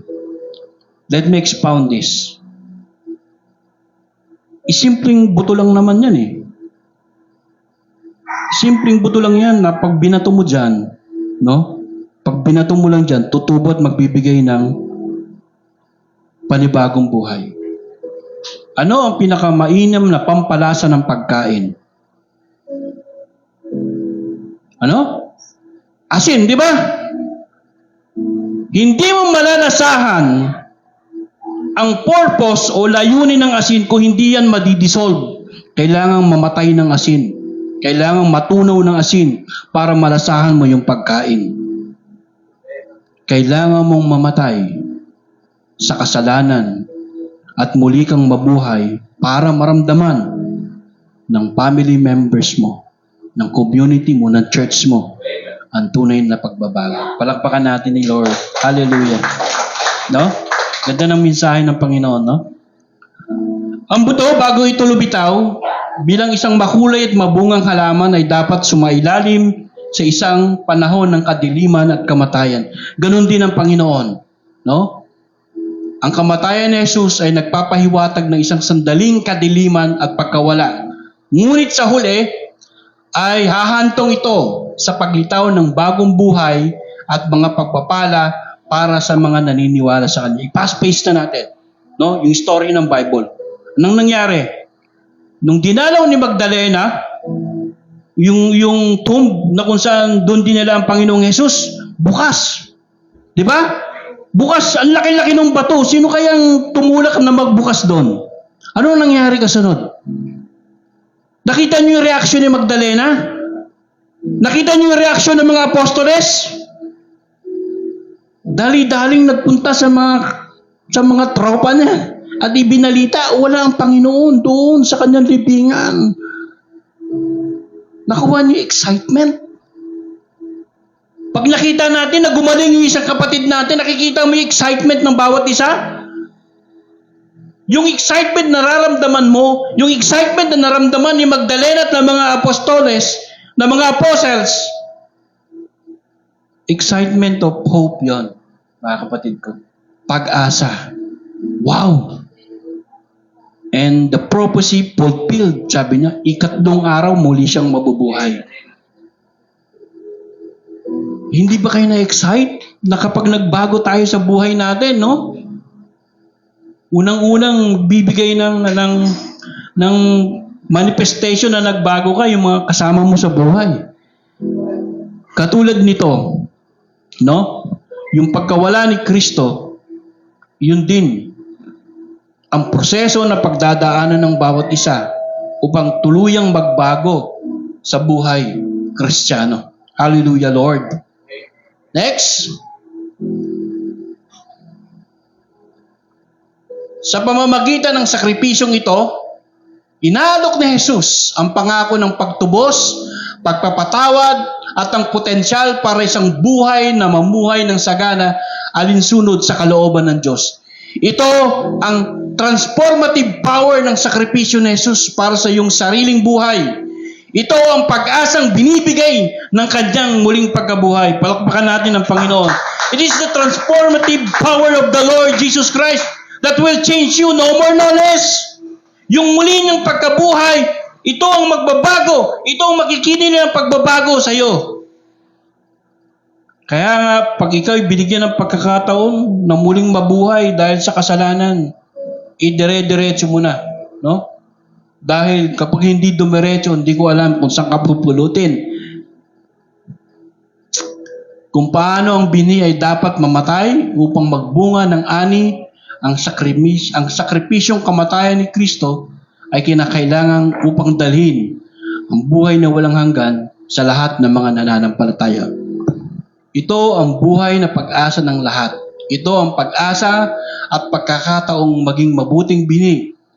But again, we need to intentionally bury ourselves. Kailangan nating ilibing ang sarili natin.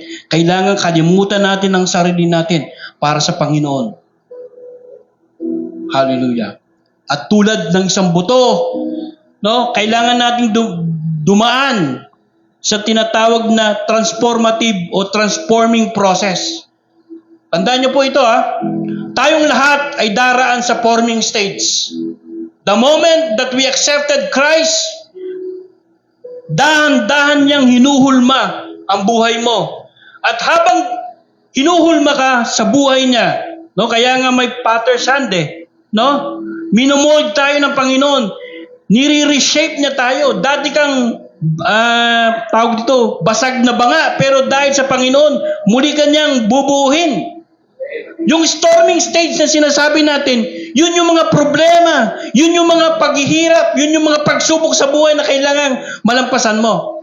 At ang last stage, mga kapatid, no? It's very good. Performing stage. Ang tawag lang sabi dito, nagiging mabunga ka na para sa Diyos at para sa iyong kaluluwa. Amen and amen.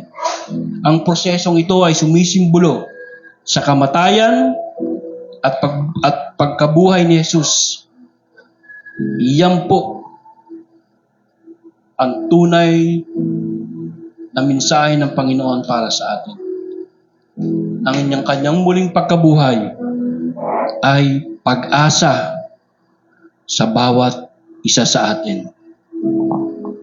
You were not meant to walk someone else's path. Yours is divinely corrupted. If Jesus resurrected, you will be resurrected to. Palakpakan natin ang Panginoon. Sinabi ng Panginoon yan. Hallelujah. Point 2. The resurrection of Jesus Christ is about self-sacrifice. Ito ang pinakamabigat na part na. Kasi kailangan mo nang i-deny ang sarili mo. Ang pagkabuhay ng muli ni Jesucristo ay nangahulugang magsakripisyo at kamatayan sa sarili mo. Sinabi sa Galatians chapter 2 verse 20, sabi ni Apostol Pablo, namatay akong kasama ni Kristo sa krus. Hindi na ako ang nabubuhay sa aking sarili, kundi si Kristo na.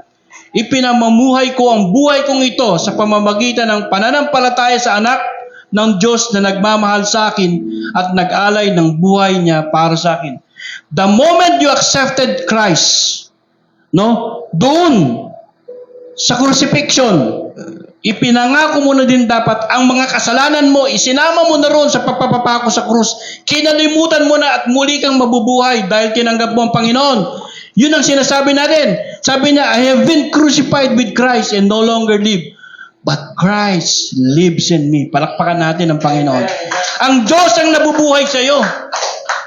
Kaya alam nyo, madalas nakukote kami. Alam nyo kung bakit? Hindi po madali ang buhay namin mga na nagbibigay ng aral sa salita ng Diyos. Minsan meron kami, ating basketball game, championship, kasama namin si Pastor Kiko. Coach po ako, Meron akong napikon na party. Alam ko, tinechnical ako, Ngayon, tinechnical ako, hindi ako binigyan ng warning. Sa inis ko, nag-gesture ako ng bad sign, And then, alam mo, nakita sa akin ng mga tao, ay, Kristiyano pa naman yan. Sabi, ay, Kristiyano pa naman yan. Alam mo bakit? Kasi yung standard ng mga Kristiyano ang Panginoong Hesus. Kaya habang nagkakamali po tayo, ang tingin nila sa atin, totoo naman, dahil nakakahiya tayo sa Panginoon.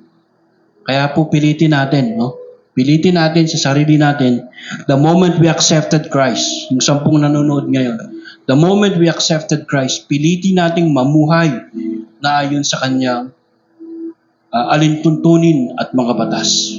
Hallelujah. Bakit angkop ang Bible verse na ito ngayon? Kasi yung ideya ng sakripisyo, ay unreasonable sa lahat. Karamihan, sinasabi nila, OA naman yan, overacting naman yan, self-sacrifice na yan. Sapagkat ang mundo natin ngayon, pag hindi ka nakakahota, hindi ka in. Tama? Pag hindi naka-submit ng report mo, hindi ka pumasok ng ayon sa oras, hindi ka in. Out ka.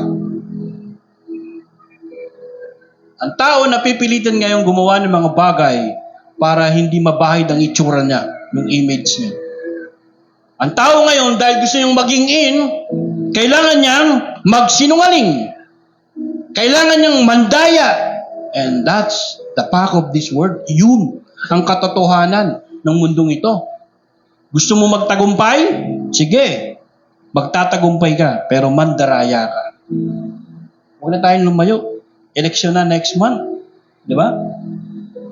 Ang daming fake news. Ang daming mga nangangakong mapapako sigurado. Ang daming nagmimistulang mga tupa. Pero mga lobo naman pala pagkatapos ng eleksyon at manalo. Wala na. Kapitbahay lang natin, di ba? Pag nangutang, parang maamong tupa.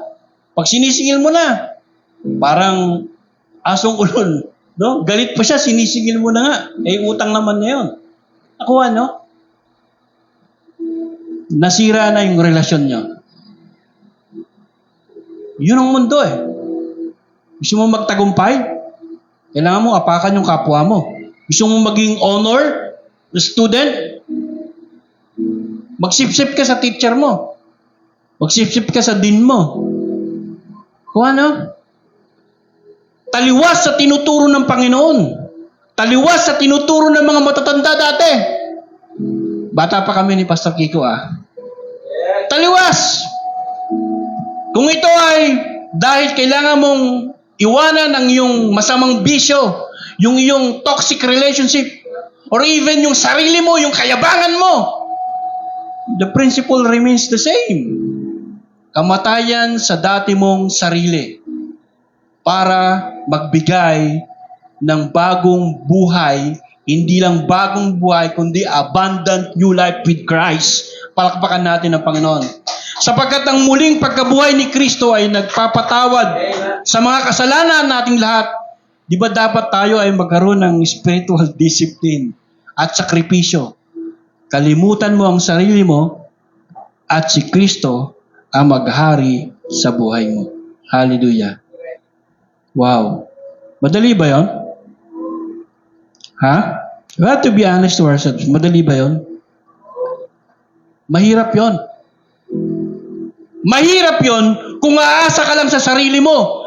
Mahirap yon kung aasa ka sa asawa mo. Mahirap yon kung aasa ka sa anak mo. Pero kung aasa ka sa Panginoon, walang imposible. Tama? Palakpakan natin ng Diyos. Uulitin ko po sa inyong lahat. Lahat ng nararanasan mo at natatamasa mo ay pansamantala lamang. Hindi ka earthly bound. Hindi ka hell bound. Ikaw ay heaven bound. Kaya ang hinahanap mong kaligayahan, karangyaan ay wala dito sa lupa. Yung memories mo, mawawala yan. Mga photos mo, masisira yan. Yung mga masarap na pagkain, ilalabas mo rin yan. Yung magarang damit, magandang bahay, at top of the line na sasakyan, mabubulok yan at hindi mo madadala yan. Ang tunay na kapayapaan, kaligayahan, ay biyahe, ay nasa langit kasama ang Panginoon. Palakpakan po natin ang Lord. Hallelujah. Pero ayokong maging KJ, no? Talagang pinapayagan ng Panginoon na tayo minsan ay mamasyal, pumunta sa ibang lugar. Tsaka anumang paraan. Bakit? Ipinapakita sa iyo ng Panginoon ang kagandahan ng kanyang nilikha. Ang kanyang katalinuhan, ang kanyang pagiging omniscience, ang kanyang omnipotence. Yung lakad lang nila. Nag-message sa akin si Pastor kagabi, please pray for us. 13 hours yung biyahe namin. Pabalik. Kinumpute ko po, mathematically, mukhang mahihirapan sila umabot on time dito. Ano? Kumputin mo. Mahirap. Pero you know, the power of God, nauna pa sila dumating sa akin dito eh. Palakpakan natin ng Diyos. Ligtas ha? Ligtas pa. At may bonus. May bonus yung lakad nila. Ha? Silang lahat ay nag-iba ang kulay. Yung Galatians 2:20 po, no? No? Yung believers that are spiritually fruitful are using these gifts mightily and effectively and seen on them the characteristic of the Holy Spirit. This is inseparable. Sabi niya, yung gift of the Holy Spirit, kung ako po ay nagbibigay ng mensahe ng Panginoon, gift ko yon. Okay? Gift ng banal na spirito yon. It's up for me kung paglilinangin ko to o paghuhusayan ko. Okay? Pero yung fruit of the Spirit, dapat ito ang mga karakteristik na makikita sa iyo habang nabubuhay ka. Ano yung fruit of the Spirit? Forgiveness, love, patience, understanding. Imagine mo ha, no? Kaya din sinasabi ko na mahirap yung kalagayan namin ni Pastor Kiko. No? Kung meron kaming gift at nagsasalita kami ng mensahe ng Panginoon, dapat makita rin sa buhay namin yung fruit of the Spirit. Kasi kapag hindi nakikita yon, walang kwenta yon. Para kaming gong, para kaming mga trumpeta na walang patutunguhan, ingay lang. Para kaming mga busina na sasakyan. Dahil kung wala ang karakteristik ng Holy Spirit sa buhay namin, ibig sabihin, hindi nananahan ng Panginoon sa mga puso natin. Tandaan niyo yan. Kaya dapat maging mapanuri po tayo sa bawat transaksyon natin sa buhay, sa bawat ginagawa natin. Alam niyo, ganun din ang problema ko sa kapatid ko. Pero alam lagi ko nakikita sa kanya, yung buti na ginagawa ng Panginoon sa buhay niya, hindi yung mga negative na ginagawa niya. Na I believe, one day, katulad ng prayer mo, sister, one day, God will touch their hearts and they will turn to God and they will change their lives because of God. Hallelujah. Palakpakan po natin ang Panginoon. No?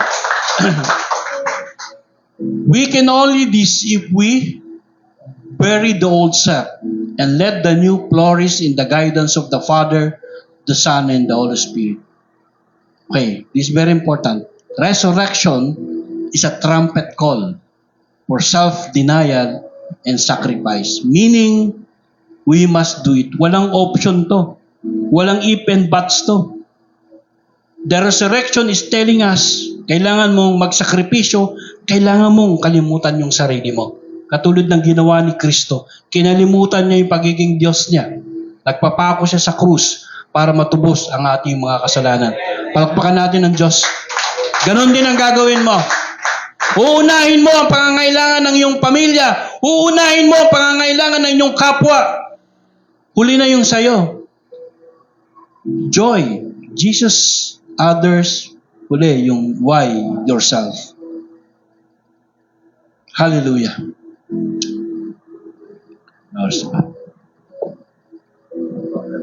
Maaga pa.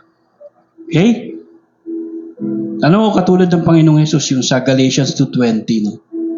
Na yung ginawa ni Apostol Pablo, yung dininay niya yung sarili niya dahil gusto niyang sundan ng Panginoon.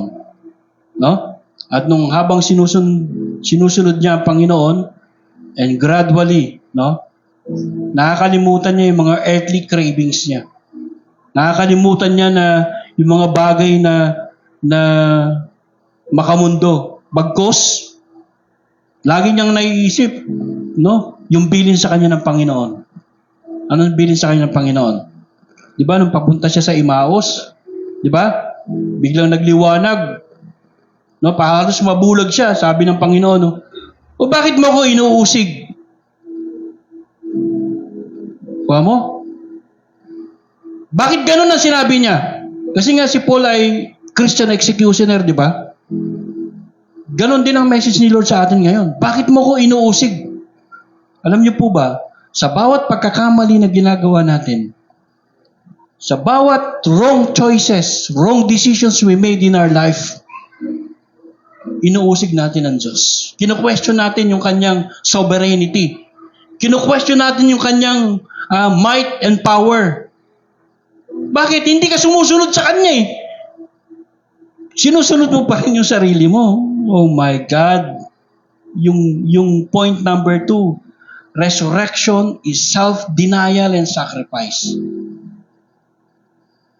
Ang muling pagkabuhay ng Panginoong Hesukristo, sinasabi sa atin, i-deny mo yung sarili mo, kalimutan mo, and follow me. Ba? Resurrection is the path to eternal life. Acts 17:30-31.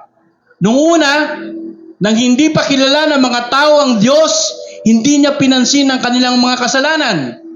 Ngunit ngayon, inuutusan ng Diyos ang lahat ng tao sa lahat ng lugar na magsisi at talikuran ang kanilang masamang gawain. Hindi kami ni Pastor Kiko nagsasabi nito. Ang Panginoon, dito sa Acts 31, sabi niya, sapagkat nagtakda ang Diyos ng araw kung kailan niya ipapataw ang kanyang makatarungang hatol sa lahat ng tao rito sa mundo. Sa pamamagitan ng taong kanyang pinili, pinatunayan niya ito sa lahat ng buhay niyang muli ang taong yun. Sino ang taong yun? Jesus Christ. Palakpakan natin ang Panginoon. Sabi sa Hosea 4:6, no?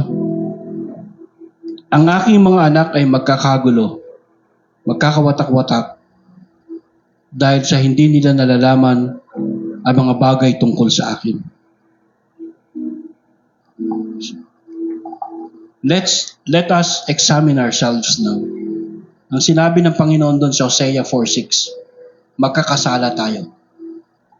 Magkawatak-watak tayo. Bakit? Hindi nyo kilala ang Panginoon. Bakit hindi nyo kilala ang Panginoon? Hindi kayo nagbabasa ng Bible. Kanya? Kaya akala natin, okay lang yung mga ginagawa natin. Yes, pero itong sabi sa atin, no, pakibalik doon. Verse 30. Nung una, hindi pa kilala ng mga taong Diyos. Hindi niya pinansin ang kanilang mga kasalanan. Ngunit ngayon, inuutusan ng Diyos ang lahat ng tao sa lahat ng lugar na magsisi at talikuran ng kanilang masamang gawain. Sapagkat nakatakda ang Diyos ng araw kung kailan niya ipapataw ang kanyang makatarungang hatol sa lahat ng tao rito sa mundong sa pamamagitan ng taong kanyang pinili. Pinatunayan niya ito sa lahat ng buhay niyang muli. Ang taong iyon, si Jesus Christ. Anong ibig sabihin yan? Kailangan magpalakas kayo kay Jesus Christ. Kailangan makilala niyo ang Panginoon. Kailangan magkaroon kayo ng relasyon sa Panginoong Hesukristo. Nang sa ganoon, dumating ang panahon na siya ay maghuhukom bilang judge and king. Sabihin niya, ay, Jezreel, lost kami niyan. Itabi mo yan. Babalutin ko ng robang puti yan. Kasama ko sa langit. Diba? Pinatawad ko na ang kasalanan niya. Pinatawad ko na ang mga pambababae niya. Oh? Sorry. Next. Every person who has ever lived will be held accountable by God for what they have done. Hindi mo pwedeng sabihin na hindi ko kilala ang Diyos. Hindi mo pwedeng sabihin na hindi ko alam ang Biblia. Hindi mo pwedeng sabihin na nagkulang si Pastor Kiko sa paalala. Sapagkat sinasabi ng Panginoon sa atin ngayon, kailangan makilala mo siya. Kailangan magkaroon ka ng relasyon sa Kanya. Unbelievers will be held accountable for breaking God's law and face the condemnation in hell. God will hold believers accountable for their works and will reward them in heaven. The sign God gave to confirm this fact was the resurrection of the Jesus Christ from the dead. Hallelujah. Palakpakan natin ang Panginoon. So, ang muling pagkabuhay ng Panginoong Yesus ay nangangahulugan, ito ang daan mo sa buhay na walang hanggan. Si Jesus ang magiging daan mo sa buhay na walang hanggan. Next slide. Sapagkat ang sabi niya, if you do not believe in Jesus Christ, this judgment should cause tremendous pain. You will face the wrath of God and suffer an eternity in hell because of your sins. Embracing the resurrection and doing the same will bring you to John 14:6. Jesus said to him, I am the way, the truth, and the life, and no one comes to the Father except through me. Siya ang buhay mo. Ang buhay mo, hindi yung asawa mo. Ang buhay mo, hindi ang anak mo. Ang buhay mo, hindi ang pamilya mo. Si Kristo ang buhay mo. At sa pamamagitan niya, maliligtas ka sa kasalanan. The resurrection is our hope, our self-denial, and sacrifice, our path to eternal life. The resurrection is made in heaven solely for me, for you, and for everybody. Thank you and God bless us all. Palakpakan natin ang Panginoon. Hallelujah.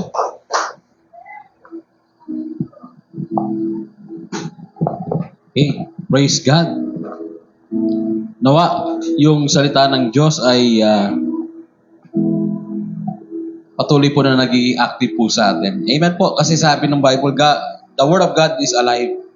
Hindi po patay ang salita ng Diyos. Yung narinig po natin na salita po ng Panginoong Diyos about resurrection ay napaka-importante. At ano ba yung kahalagahan talaga ng Resurrection Sunday o yung resurrection po? Nung namatay si Jesus, ipinapakita po roon na siya po ay totoong naging tao. Kasi wala naman pong Diyos na namamatay. Kaya kailangan niya magkatawang tao. Kasi ang tao, namamatay. Meron po ba rin immortal? Yung 1,000 taon na buhay pa rin? 1,000,000 taon na? Wala. Di ba? At yung pagkabuhay muli ng Panginoong Jesus, yun naman po ang nagpapatunay na siya po ay totoong Diyos. Dahil wala pong ibang nabuhay muli, kundi si Jesus lang po. Hindi si Allah, hindi si Buddha, hindi si Rizal o sino pa man, kundi si Jesus. And 500 na mga witnesses and plus pa na nagpapatunay na siya ay nabuhay na maguli. At yung nangyari po sa kanyang pagkabuhay na maguli, mangyayari din po sa atin one day kapag tayo po ay namatay. Katulad po ng isang buto, kailangan mo nang mamatay para tumubo. Tayo po, kailangan muna nating mamatay physically para maranasan natin yung buhay na walang hanggan. Amen? Kasi nga yung buhay po nandito, may merong ending, may katapusan, may limit. Pero kapag meron na ho tayong glorified body, kapag meron na ho tayong pagkakataon na makasama ang Panginoong Diyos sa langit, sa buhay na walang hanggan, ito po yung very excitement na mangyayari po sa atin. Makikita natin in glorified body ang ating Panginoong Hesus. At ang tatanong ko, ang excited ako, ano ba talaga itsura niya? No? Ano ba itsura niya? Meron siyang mukha, meron siyang ilong. Wala pong pinatatamaan dito Meron siyang bibig, meron siyang tenga, meron siyang kamay. At makikita niyo po yung pako. Nandun pa rin po. Yung butas, nandun pa rin. Pero in glorified body. No? At makikita natin si Jesus face to face. At tayo rin po merong pong katawang panlangit.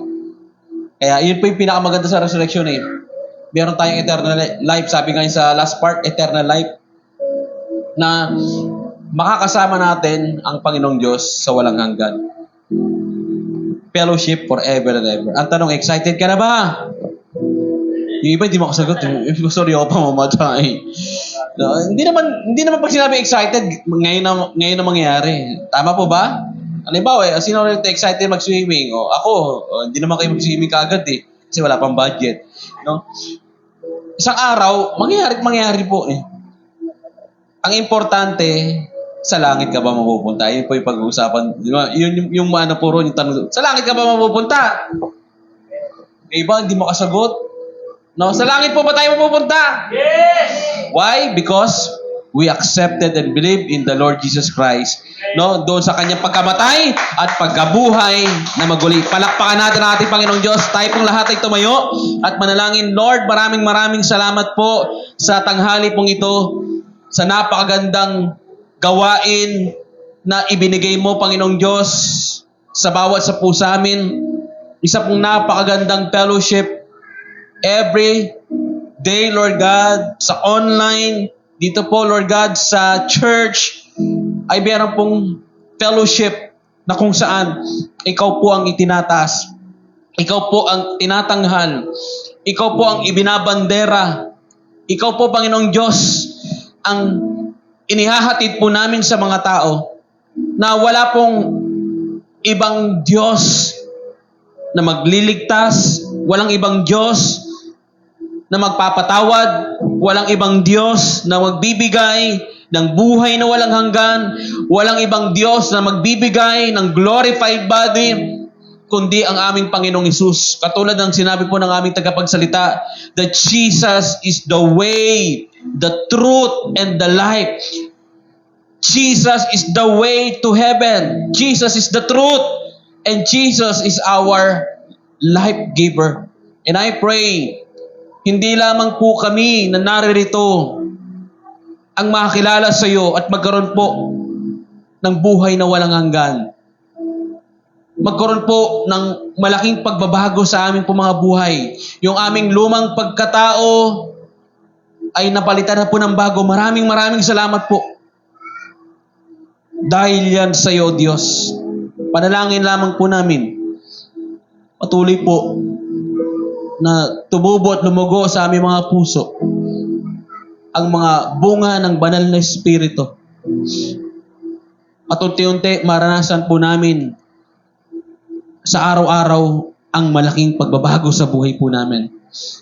Marahil ang iba po sa amin ay nanalangin patuloy na malaking pagbabago sa kanyang buhay, pagbabago sa kanyang asawa, o sa anak, o sa magulang, o sa mga kaibigan. I pray, ikaw po ang mag-transform ng puso po nila, Panginoong Diyos.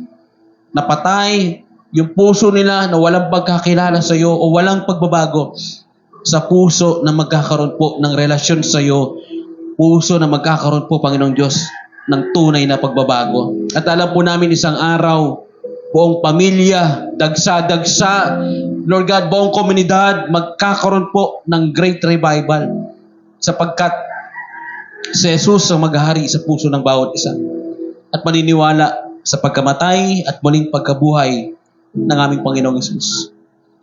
Lord, sa sakripisyo at effort na ginawa po ng bawat isa, sa pagdalo sa gawain pong ito, maging yung 10 nakikinig po sa amin kanina, Panginoong Diyos, hanggang ngayon, salamat po dahil inilaan nila ang kanilang 2 oras para po sa iyo. At ikaw na po ang siyang gumanti sa lahat ng effort po na ito.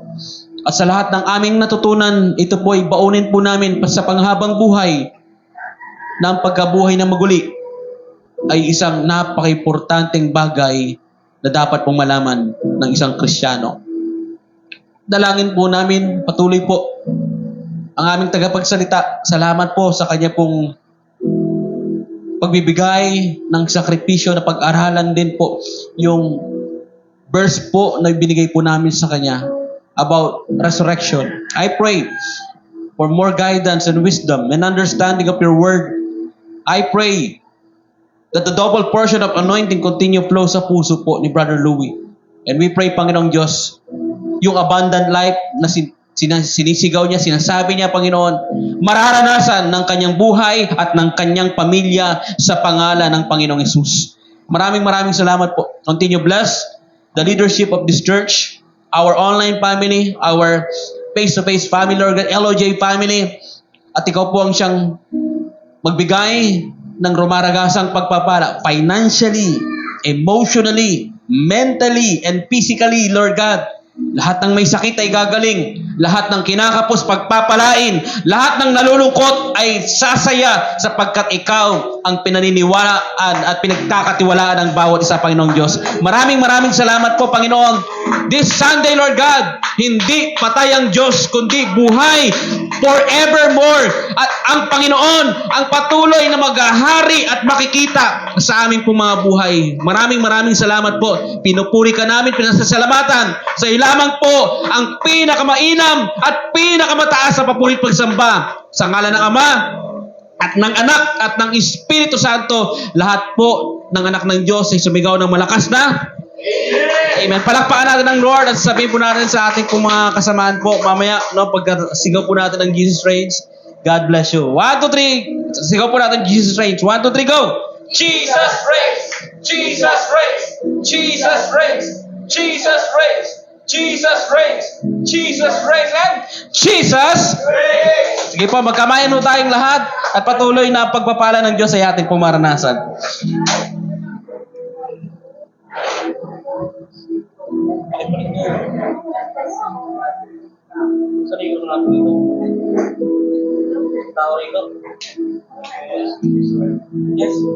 Thank you very much po sa ating mga nanood po sa ating live, and nawa po ay marami po kayo natutunan sa ating pong lesson, and we pray po na sa susunod pong mga gawain ay makapanood pa po kayo. Maraming salamat po.